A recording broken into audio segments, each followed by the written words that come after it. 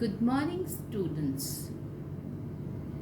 As we all know, we have to study four poems by T.S. Eliot for our Part 3 honors class.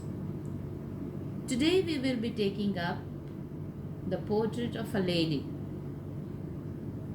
The title glances at a famous novel of Henry James, and the lady mentioned in the poem is a Jamesian character in manner and style of talking. Subtle, hesitant, ironical, and insinuating, relying more on hints and suggestions than on explicit statements.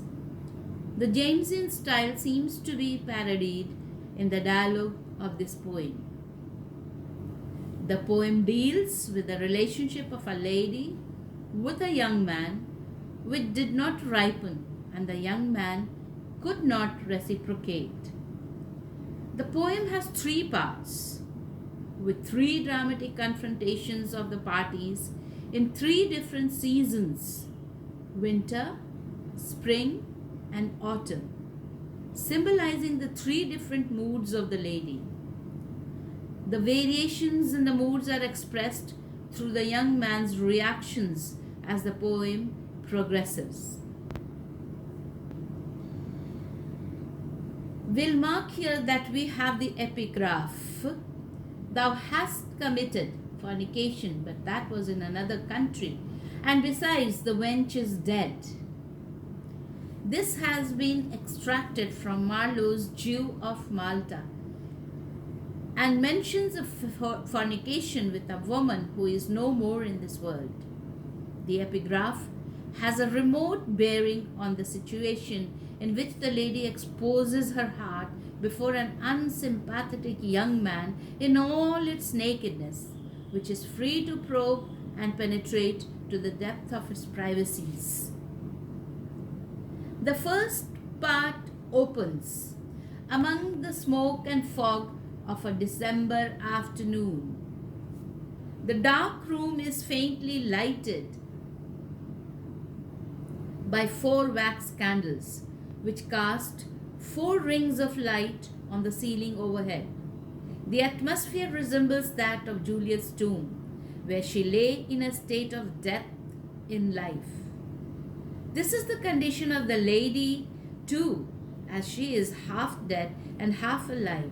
But the difference is that Juliet had willingly submitted to this state due to the warmth of passion and love, but the lady has been reduced to it through her emotional starvation. Then the lines go, "We have been, let us say, to hear the latest poll. The two have returned from a musical concert, and the lady has reserved the afternoon for a private talk with the young man. These two have become friends as they have a common taste for the Polish music.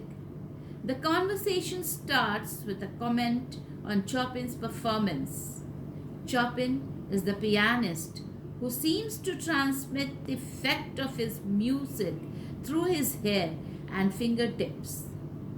The lady thinks that Chopin can expose his soul in all its beauty in the small company of intimate friends, whereas the crowd of a concert room stifles and defaces the natural beauty of his soul, that is music. With this, the ball is set rolling, and the conversation slips among the hints of light inclination and delicate regrets, which sound into the ears of the young man as the weak notes of violins mixed or mingled with the notes of cornets being played at a great distance. The lady continues, and she tells the young man that he cannot have an idea. She says, "You do not know much they mean to me, my friends, and how rare and strange it is to find in a life composed so much of odds and ends." She frankly tells about the value she has attached to her friends, who provide her some relief from the monotony of a life composed of trivialities, which, as he must have noticed, she does not like at all. She considers herself lucky to have come across a young man who possesses these friendly qualities and is quite understanding. She wonders if the young man can grasp the full meaning of her words when she says that life would be a nightmare without such friendships.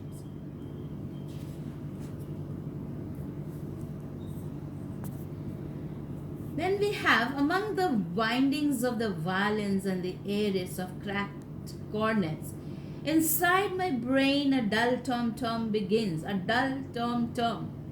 This is the expression that indicates how the young man is just ignoring the lady. The young man expresses his reaction to the lady's appeal by saying in an aside that the lady's words sounded to him like insinuating notes of violins and other instruments, to which a dull, monotonous throb in his own brain supplied a counterpoint. He states that this note is false and is inharmonious. Then we have the lines, "Let us take the air in a tobacco trance, admire the monuments, discuss the late events, correct our watches by public clocks, then sit for half an hour and drink our box." The young man expresses his reaction in an aside. He says that he wants to go out into the open air of freedom to forget his boredom in the mild intoxication of tobacco and the indifferent reactions and diversions like admiring the monuments, discussing the current events, adjusting the watches, sitting for half an hour and drinking some German beer, etc. These little things are the ones that are compelling him to run away and not to pay attention to the lady's expression of her deepest feeling.